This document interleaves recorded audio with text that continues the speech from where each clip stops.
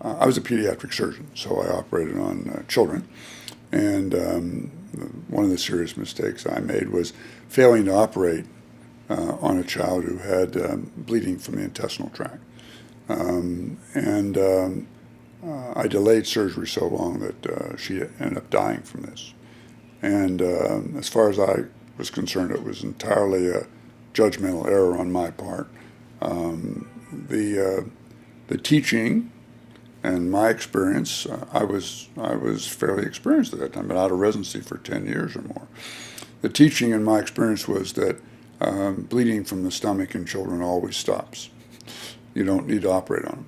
And in fact, there was a fair amount in the literature about how it was wrong to operate on these people because you didn't need to. And so I believed that. And so we treated the child and gave transfusions and so forth, and finally became apparent that it wasn't stopping. And by that time, there had been enough damage that we weren't able to save her. I, of course, was devastated by this, as was the family. And we all cried together. I mean, no question about it. And I did explain it to him, and I apologized and so forth. But no apology is going to bring back your child. And I just thought it was about the worst thing I'd ever done in my life.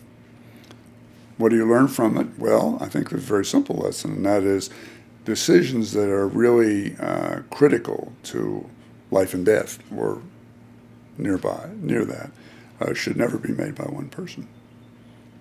If we worked in meaningful teams, I wouldn't have been able to get away with that.